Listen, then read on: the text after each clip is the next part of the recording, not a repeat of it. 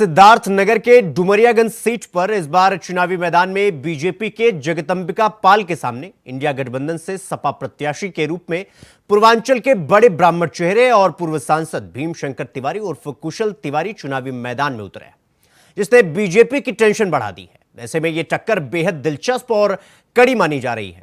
तो वहीं बीएसपी ने अपना टिकट ख्वाजा शमशुद्दीन को दिया है, जिससे डुमरियागंज का सियासी मुकाबला त्रिकोणी बन गया है। ऐसे में देखने वाली बात यह होगी कि आखिर इस बार का सियासी ऊंट किस करवट बैठता है।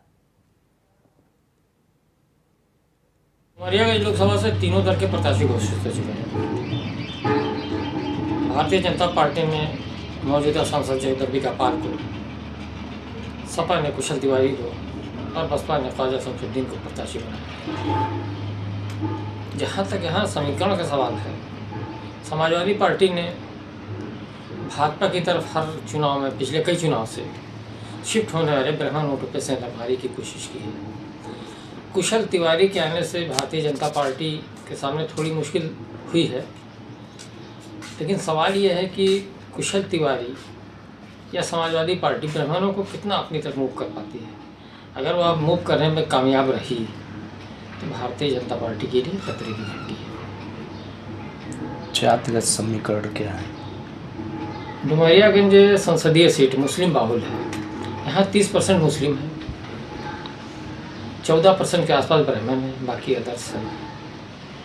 समाजवादी पार्टी ने तीसरे वोट के ही चक्कर में ब्राह्मण कैंडिडेट उतारा है।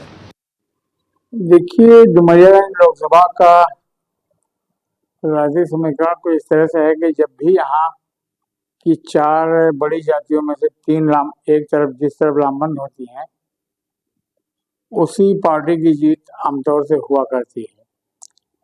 जैसे कि यहाँ पर इस जिले में 26% 26.5% मुसलमान हैं, 19% दलित,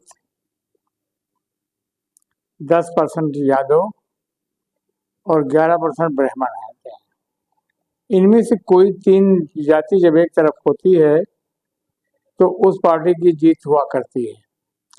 उदाहरण के तौर पर 1952 से और 1985 के बीच में एक चुनाव को छोड़ करके हमेशा कांग्रेस जीतती रही।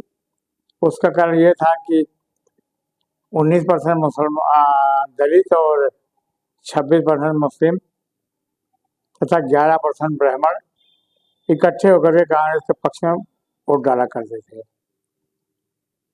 77 में जनता पार्टी जीती और 1989 में जनता दल जीता। तब भी समीकरण ऐसे ही उल्टे थे। जनता दल में ब्रिजभूषण तिवारी चुनाव लड़े तो दलित बसपा में गया, लेकिन उसकी जगह ब्राह्मण आ गया तो ब्रिजभूषण तिवारी की जीत हुई और कांग्रेस का प्रत्याशी हार गया। 96 में ब्रिजभूषण तिवारी फिर जीते, जब मुस्लिम, यादव और ब्राह्मण एक साथ आए। उसके बाद में तब से यही समीकरण चला रहा है। 2007 में यहाँ से पहली बार बसपा जीती, जब मुस्लिम दलित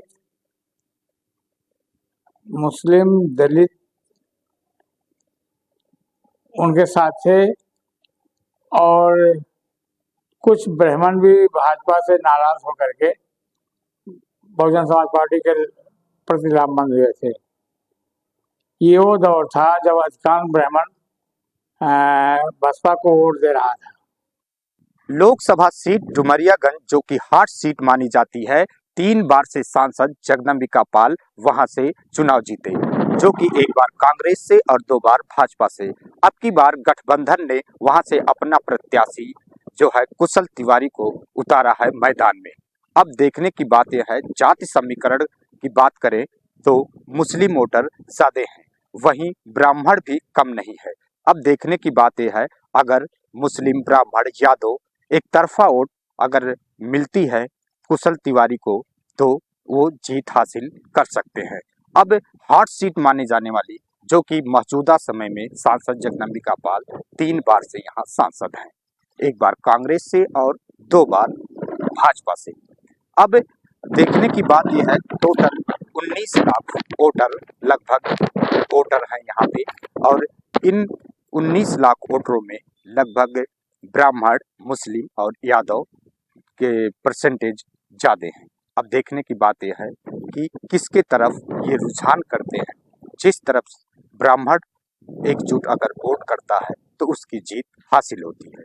अब देखने की बात यह है, कुशल तिवारी जो कि एक ब्राह्मण परिवार से हैं, क्या ब्राह्मण एकजुट हो पाता है तो इनको जीत हासिल हो सकती है। अब देखने की बात यह है कि जबकि सांसद जगदम्बिका पाल लगातार 3 बार हैट्रिक यहाँ से सांसद रहे कांग्रेस से और 2 बार भाजपा से। अब वहीं बसपा ने भी अपना प्रत्याशी उतारा है जो कि शमसुद्दीन ख्वाजा, वो भी प्रत्याशी यह बसपा ने उतारा है, तो वो भी यहाँ से चुनाव मैदान में खड़े हुए हैं। अब देखने की बात यह है कि जनता किसके साथ होती है और किसके सर पे सेहरा होता है, अब ये तो वोटर ही तय करेगा। जबकि माने तो जाति समीकरण की बात करें तो वहाँ मुस्लिम वोटर और ब्राह्मण वोटर ये रुझान तय करते हैं कि किसकी जीत होती है। अगर एक तरफा वोटें करते हैं तो उन जो भी प्रत्याशी हो, चाहे भाजपा का हो या गठबंधन का हो, वो जीत हासिल करेंगे। सिद्धार्थनगर से राकेश यादव, इंडिया वॉइस।